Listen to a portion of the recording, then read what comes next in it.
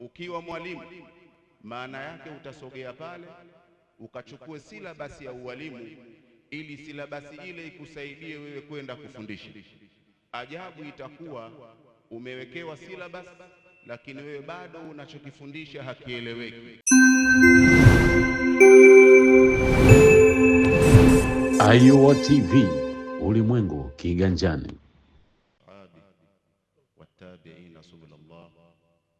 Allahumma salli ala sayyidina Muhammad salatan tukhrijuna biha min dhulumati alwahm wa tukrimuna bi nuri alfahm wa tudihu lana ma ashkala hatta yufhama innaka ta'lamu wa la na'lamu wa anta 'allamul ghuyub. Rabbi shrah li sadri wa yassir li amri wahlul 'uqdatan min lisani yafqahu qawli. Amma ba'd. Ya sayyidi ya Rasulullah ya sadad, ma li siwaka wa la alwi ala ahad. Anta nurul huda fi kulli kaina wa anta siru nada ya khayra mu'tamad. Ya man yaqumu maqama alhamdi munfarid للواحد الأحد لم يولد ولم يلد. إني إذا سامني ضيم يروعني أقول يا سيدي يا ساداتي يا سندي. أما بعد. Baba zangu, mama zangu, kaka zangu na wazee wangu,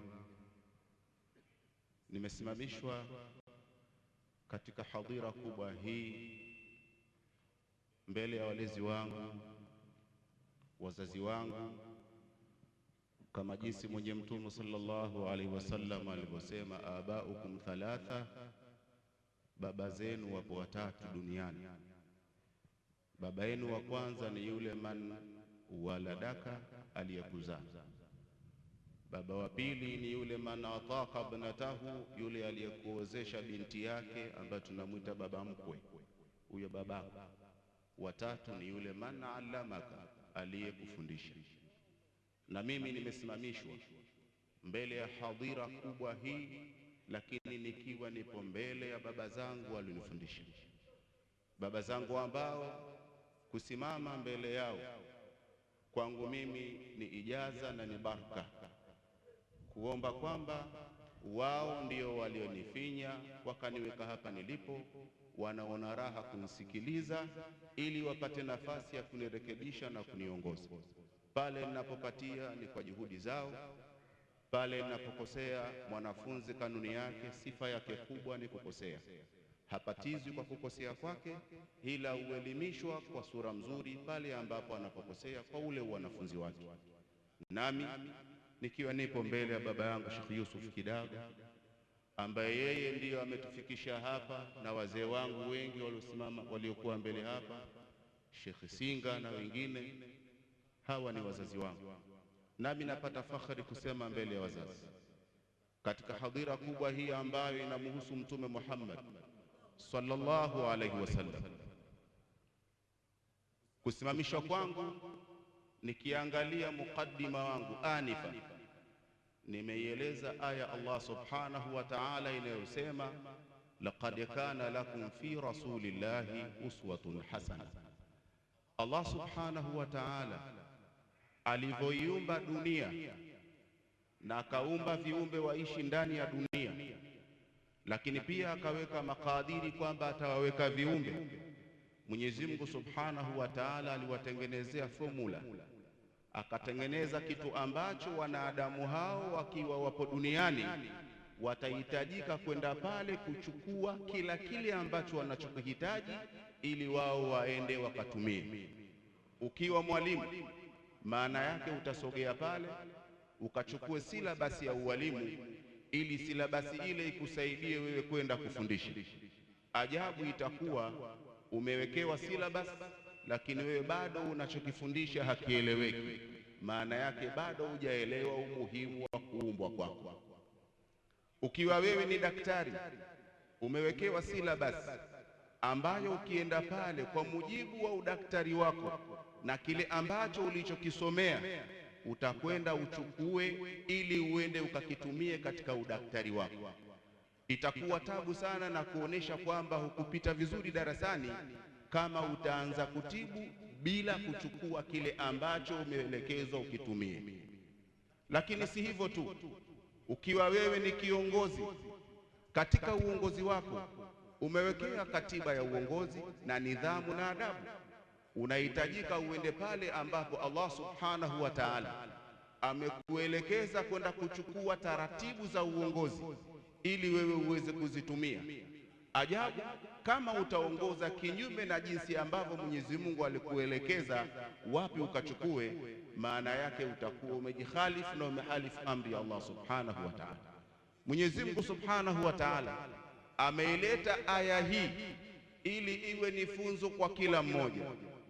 Ukiwa dai, sogea pale, kachukue material, kachukue formula, kachukue logic, kachukue kila kinachoweza kuchukuliwa, ukatengeneze dawa yako iweze kuwa ni dawa inayokuwa mzuri. Ukiwa wewe umezaliwa ni baba ni mama, nenda kachukue. Mungu akasema laqad kana lakum fi rasulillahi uswatun hasana. Aya hii imeanza na vitu vingi. Kuna lamu ya qasam, kuna qadi ya tahqiqi ambayo inaingia katika mudhari na amri, ikija katika madhi inakuja kuleta ukazo na tahqiqi ya ukweli kutokana na yale anayoyasema Mwenyezi Mungu, na tafsiri yake ni lazima ionyeshe kwamba kile ambacho kinachoelezewa kimetiliwa mkazo na wewe unahitajika uende ukakichukue. Laqad kana lakum, wallah, kwa uhakika kabisa imethibiti kwenu kwa Mtume Muhammad sallallahu alaihi wasallam kuwa ndiyo kiigizo chenu cha kuiga na kuchukua mfumo wote wa maisha yenu.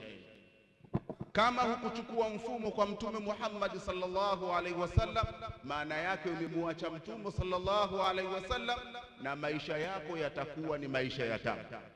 Ukiona unafundisha halafu kile unachokifundisha sicho kile alichokieleza Mtume sallallahu alaihi wasallam, maana yake umemwacha Mtume na unafanya lile ambalo ulikuwa nalo. Kama Mwenyezi Mungu kasema kwa Mtume ndio kuna uswatun hasana, na akaanza na lamu ambayo hii ni ya tahqiq, akakuwekea na kadi ya tahqiq, zote hizi inakuja kukutengenezea mifumo ya kiakili na kifikra, ikujulishe kwamba kwa Mtume Muhammad sallallahu alaihi wasallam ndio unahitajika uende ukachukue jinsi gani unahitajika uvae, jinsi gani unahitajika uwaheshimu wazazi wako, jinsi gani unahitajika kuswali, jinsi gani unatakiwa una hudhuri nzuri sehemu ambayo kuna majalisi kama haya. Ukiwa hujachukua hilo ukaishi tofauti na hivyo, maana yake umemwacha Mtume Muhammad sallallahu alaihi wasallam, lakini pia umeacha muongozo ambao Mwenyezi Mungu amekuongoza nao ili wewe uende ukakutumie katika maisha yako. Kikubwa ambacho Mwenyezi Mungu subhanahu wa ta'ala na Mtume ametuelekeza ni pale kusema kwamba bu'ithtu liutammima makarima al-akhlaq, mimi nimeletwa kuja kueneza dunia nzima, nitandika hadhara ya tabia mzuri, tabia ambayo leo hii tumeikosa katika jamii, tabia ambayo tumeikosa katika maisha yetu, tabia ambazo tumezikosa kwenye majumba yetu. Hatimaye tumemwacha Mtume Muhammad sallallahu alaihi wasallam. Ajaban, katika mkoa wetu, katika eneo letu la Magomeni, maulidi nyingi sana anatajwa Mtume Muhammad, akiwa yeye ndiyo kiigizo chetu, akiwa yeye ndiyo mfano wetu. Kitu gani ambacho tumenufaika na shughuli zote ambazo sisi tunakwenda? Kitu gani ambacho kimetubadilisha katika shughuli zote ambazo sisi tunakwenda? Mashekhe zetu wanatufundisha, wanatuambia kwamba Mtume sallallahu alaihi wasallam yeye ndiyo kiigizo chenu, yeye ndiyo kiigizo chema katika kila kile ambacho wewe mwanadamu ulipo, kuanzia kusema, kuvaa, kula, kuwaheshimu mashekhe zetu, kuwaheshimu walimu zetu, kufanya kila lile ambalo unalolifanya. Kwa hiyo kwa Mtume Muhammad sallallahu alaihi wasallam ndiyo kuna kigezo chema. Miongoni mwa kigezo ambacho sisi tunahitajika kuchukua kwa Mtume ni adabu. Adabu ambayo imekosekana, hatuwaheshimu mashekhe zetu, hatuwaheshimu walimu zetu, hatuthamini kile ambacho walichotupa, wakati sisi tumeambiwa abaukum thalatha. Miongoni mwa hao ni yule man allamaka, yule aliyekufundisha herufi moja. Imamu Ali anasema ana abdun man allamani harfan wahida inshaa baa wa inshaa a'taka wa inshaa astaraka, mimi ni mja mtumwa hasa kwa yule ambaye aliyenifundisha herufi moja tu, iweje mwalimu aliyekufundisha wewe mpaka ukafahamu? Na Mtume sallallahu alaihi wasallam alivyotuambia, man allamaka, kuwa ni baba yako yule aliyekufundisha, akamwacha man ataka ibnatahu, akamwacha yule man waladaka, maana yake yule mwalimu wako ndiyo bora kuliko mzazi aliyekuzaa, kwa sababu mwalimu anakufundisha adabu, anakufundisha malezi, anakufundisha kuwa mtu. Huyu ni bora zaidi. Kwa nini? Baba yako amekuzaa, wala alikuwa hatarajii kama wewe anaenda kutunga mimba yako. Amekaa na mama yako ndani, wamefanya mambo yao, hana habari. Baada ya muda fulani ndio anasikia tu kumwambia kwamba nina ujauzito, ndio anafahamu. Lakini mwalimu wako anakutengeza. Leo hii kitu kikubwa tulichokikosa hasa sisi wanafunzi ni kuwakosea adabu walimu zetu, kuwa sisi ndio vigezo vya kuwachonganisha walimu zetu, kuwa sisi ndio vigezo vya kuwafananisha walimu zetu. Huu ni ukosefu wa adabu. Iweje uwe na kipimo gani cha wewe kumchonganisha mwalimu wako, kumtukanisha mwalimu wako? Hii kosa kubwa na wala si adabu nzuri.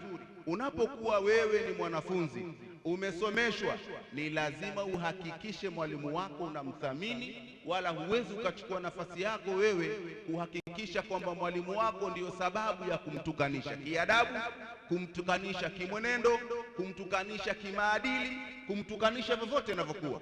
Wewe unahitajika ndiyo uwe kiigizo ambacho kwake yeye ndiyo atanufaika. Anil mar'i la tasal fanzur an karinihi, usiulize tabia ya mtu ipoje, muangalie mwenendo wake upoje. Mwalimu wako atakujua wewe ni mwanafunzi bora ulionufaika na adabu kwa ule mwenendo wako tu ambao unatembea nao, mwenendo wako tu ambao uloiga kwa mwalimu wako, tosheza kabisa kuwa ni baraka kwa mwalimu wako. Tusije kuwa sisi ndio wale ambao tunawatukanisha walimu zetu. Na kweli leo hii ukiingia kwenye mitandao, wanaotukanwa ni mashehe zetu, wanaotukanwa ni walimu zetu, wanaotukanwa ni wale ambao hawajui kabisa nini thamani.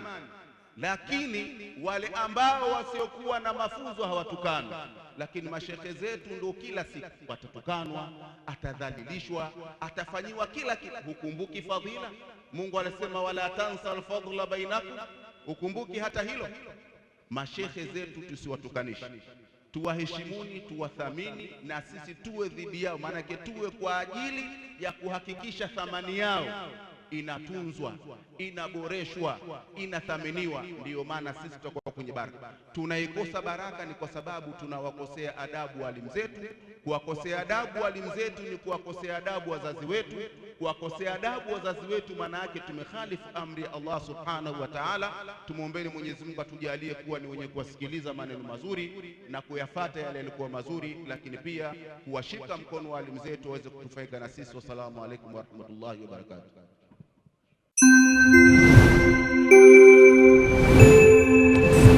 Ayuwa TV, ulimwengu kiganjani.